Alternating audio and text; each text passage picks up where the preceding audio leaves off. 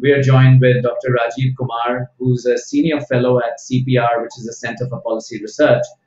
He is an economist and the author of several books on the Indian economy and on India's national security.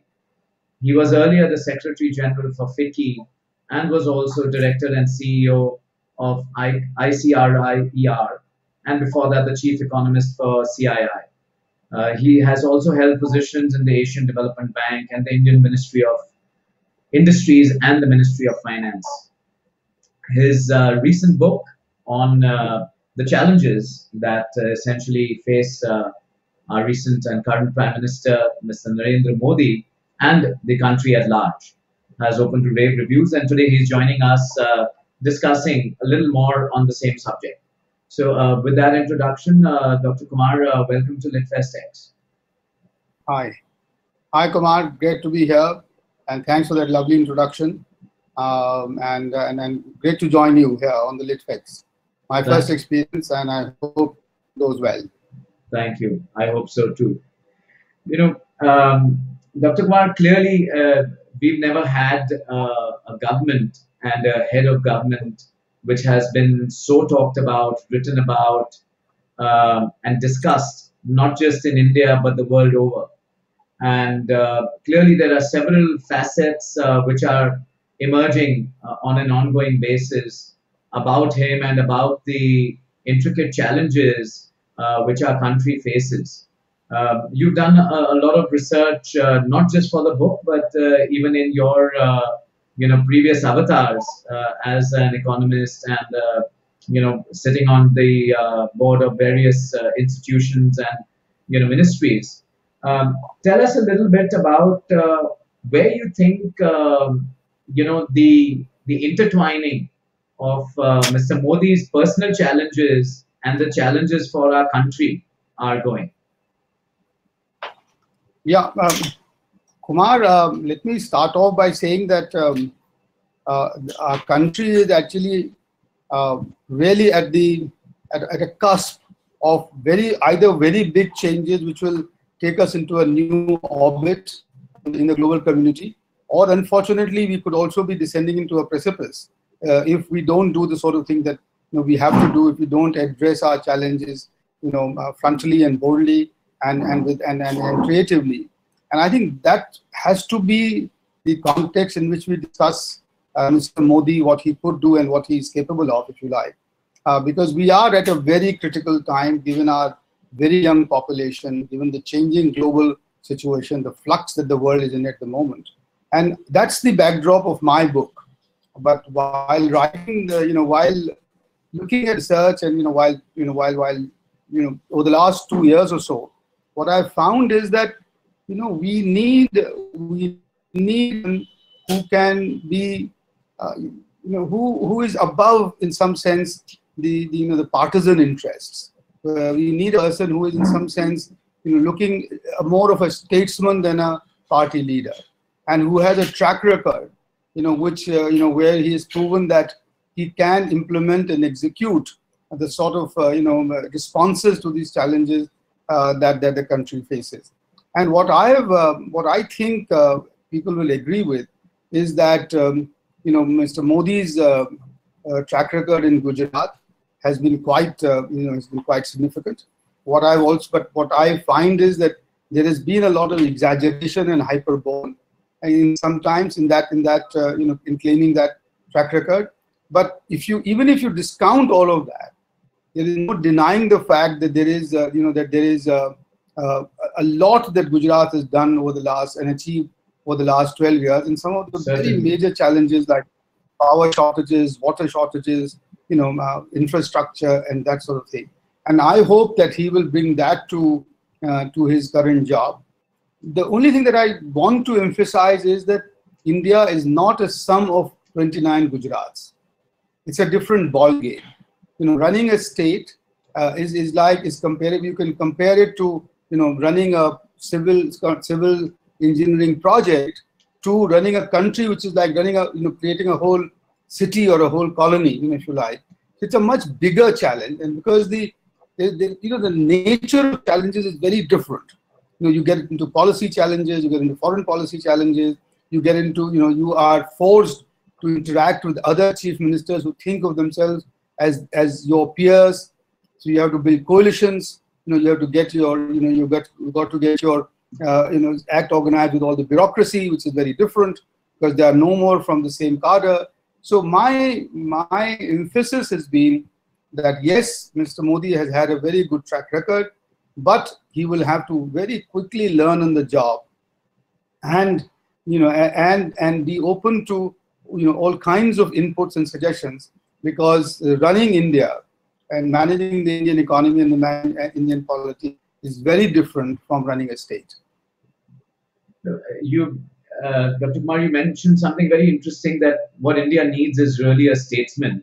And, I think to a very large extent, our current Prime Minister exhibits several traits which would lead one to believe that he is in many ways a statesman and not just the party leader.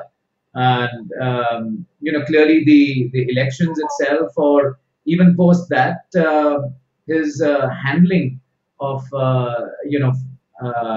relationships with foreign countries and the way he has taken India to the center stage globally, I think exhibits some of those qualities. But certainly there is a lot more going on, and I think in the last 2 years since he came to power, things have not really been the same as they were at the time of the elections. And you've obviously done a lot of research on what you believe is driving him individually to run the country. Yeah. So share some views on that. Yeah, Kumar, Mr. Modi has come up in his life and in the political world in a very difficult way, on a very difficult ladder. He started from pretty much nowhere. And that is really a credit to our own democracy, that there is a person like this who has no antecedents, no precedents, no pedigree, and starts up almost like an office boy, a tea boy in the headquarters of the RSS in Ahmedabad, and then rises up the ranks through real sheer dint of his labor to come here, and where he has learned a lot. And I think the one thing that the one thing that stands out for him is his deepest commitment to the national cause. And I think he firmly believes, and he has shown that for him at least, the nation comes before the party and the party comes before the individual, including him to that extent. Now the people can, so that's the one part of it. Now I'm sure people would sort of say that, look, what about the RSS background? And I think he doesn't deny it. I can't deny it. There is an RSS background, but he's steeped into it. He's called the RSS. He's thanked the RSS in public for giving him the greatest opportunities in his life. Nonetheless, because of his, if I like that put it, by initiation by fire within 4 months of his taking over as chief minister, I think he's learned some very deep lessons in the 2 years of Gujarat. And one of them has been that he has to set aside his RSS, proclivities or predilections if he has to appeal to the people at large. And therefore notice that since 2012 Gujarat elections and then in 2014, he has overemphasized, he has continuously and almost singularly emphasized the development aspect of his governance. And he's emphasized good governance. He's emphasized the fact that he wants to make India Shresth Bharat. He's talked about India breaking away from this whole poverty debate and the poverty discussion, and making India prosperous and putting India on the high table of global governance. And he is not, in his public speeches, I think I will not be wrong to say that even in his campaign, he has never overtly touched on the communal agenda himself ever. So that's one part of it. The second part of it is that people probably do not notice that he has very consciously, I think since 2009, adopted Vivekananda as his mascot. And Vivekananda, I think the great characteristic about that is that he is talking about a modern India, which is walking shoulder to shoulder with the rest of the nations, but which is rooted in its own traditions and his own ethos and its own sort of history, as it were. So Mr. Modi is talking about modernizing the country and not going back to any revivalism, which is then comes to the third point about his great scientific and technological temper, that he is one who is constantly learning. I was quite very pleasantly surprised when I had met him once in 2011 when I was the Secretary General of FICCI, and he talked very, at complete ease with on all aspects of solar energy, how he is going to cover the canals with solar panels, which will prevent the water from evaporating and which will not use up as much land, and several such scientific, and technological innovations that he has done and that he's talking about constantly. So, what I think is driving him is a commitment to the national cause, is a deep urge to make India come out of this trap of poverty and complete this economic transition as soon as possible, and to use modern technology and science to be able to do so, rather than hark back on any revivalist, sort of notions, which sometimes people do in this country. So those are the drivers that I find, which drive him. That's the kind of ideology that drives him. And I would sort of, hazard to say that even if he was ever, he has left the communal agenda far behind him at the moment, especially before coming to Delhi.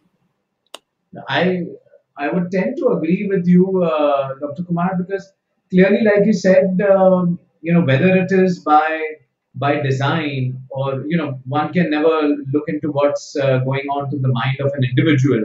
But clearly, what meets the eye is that it is all about development. It's all about better governance. It's all about giving people growth and a better quality of life, and a better nation that we can sort of live in. But in the last sort of 12 to 18 months, we've seen several incidents from within the government or allies, and which have been less fortunate, and one feels that this is not something that we would have expected in 2014 when the elections were being fought. So do you think that there has been somewhat of a not as close handling of some of these situations, or do you think that there's maybe a little lack of firm-handedness in ensuring that the Prime Minister's sort of speeches and his own agenda of development and nation building doesn't get hijacked by some of these other elements? So, Kumar, you put the finger on the nub, as it were. You put the finger right there, and it's a hugely complex exercise, and it's very much a case of tightrope walking simultaneously on many ropes, as it were. And there is, as I said right in the beginning, there's a danger that the country could descend into a precipice. And and this comes across to me in saying that ours is a country who has consciously decided to undertake three transitions simultaneously: the social, the economic, and the political. No other country in the world, did that simultaneously. They first waited for the social transition from feudalism to capitalism to be completed. Then they get into democracy. Then they went into the political transition, etc. We are trying to do all three together, and I think that particular fact of these three independent transitions going on, and therefore requiring his equal attention on each one of them, and each one of them being equally important, because there is a danger that if one fails, it will derail the others as well. And and the social example is of course very clear, that whether it's the communal or the caste agenda, if not handled sensitively and if not handled in the right manner, could easily derail, as you said, the economic agenda. But even politically, if you don't handle politically the situation, if you don't go consciously for cooperative federalism, which is what he's talked about, and which I think he's now done a big thing by calling the Interstate Council after 10 years on this last Saturday. It hadn't met for 10 years. If you don't handle the political transition carefully, you might just find, unfortunately, in this country, the centrifugal tendencies becoming dominant. Because it's very, India as a nation state is a very young phenomena.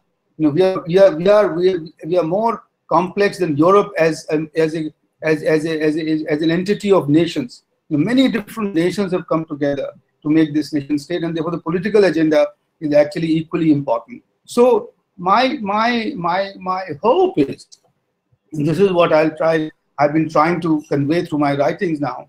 My hope is that he will very consciously, have divided attention amongst all the three agendas, and moreover, he will make his party, which is, now he's in the government, so there is a clear demarcation between the government and the party. So while he's got the government working on the development agenda, he has to equally ask the party to now be careful with the social and political agenda.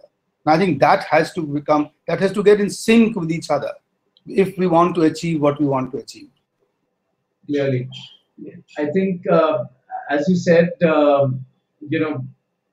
we are now in a phase where one man's vision and passion for nation building and for its people cannot be the only driver for our country.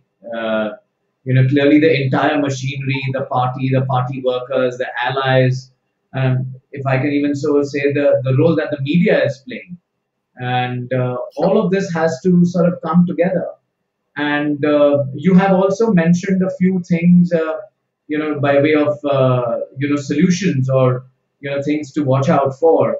So, before we end the session, why don't you give us a very broad overview of those?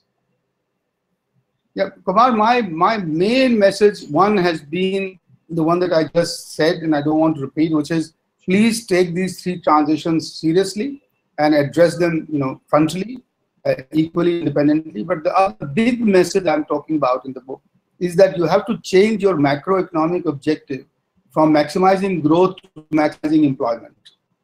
And we just have to forget everything else. The only objective that we must have in this country for policy making is how to maximize employment. We have this astronomical, amazing number of needing 1 million jobs a month in this country to only absorb the new entrants to our workforce, given the rate of growth of our workforce. Now 1 million jobs a month is like 10 lakh jobs a month. You can have it, a daily number for that. Now that, and already in the last 7-8 years, there's a backlog of probably about 10 million, which is accumulated already. Now, even if you get 7, 8, 9, 10, whatever percent of growth, but you don't get enough employment, you will get you're then sitting on a tinderbox, which will be ready to get the claim right away. And these are the people, Kumar, who are going to be cannon fodder for all varieties of fundamentalists and disruptionists. Whether it's whatever, and you can see that happening. Every minor issue will become a huge blazing issue because there are these young people waiting there with nothing on their hands to join this protest, and express their frustration.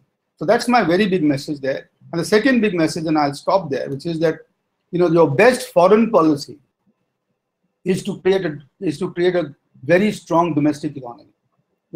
Because otherwise you can't have a successful foreign policy, without having the hard power or the real strength in your economy. And I think that is where I would want the Prime Minister, to focus far more. He's done tremendous job in planting India's flag all over the world in the first 2 years. And I think now is the time to consolidate on the domestic front, by maximizing your employment, by rediscovering agriculture and putting it on a completely different trajectory. Because otherwise, we'll not achieve what we need to do. And I make a few suggestions as to where you need structural reforms which are out of the box rather than mere incrementalism. That's been the characteristic of this government so far. So those are my three big messages, other than the triple transition that I've talked about. Sure. No, and very valid, all of them, Dr. Kumar. Clearly, we've seen economies worldwide which have had jobless growth, and which has certainly led to increase in crime and social unrest even. And India, with its large population, is very prone to that sort of a situation again. So thank you so much for joining us, and I'm sure your book will inspire, hopefully, the right people in the government and others to look at some positive steps. And as a Modi fan, somebody who voted for him, I can only hope that he's able to live up to all these challenges and the promise that the country holds and that he holds for our nation. So thank you. Thank you. Thank you very much, Kumar. Thanks a lot.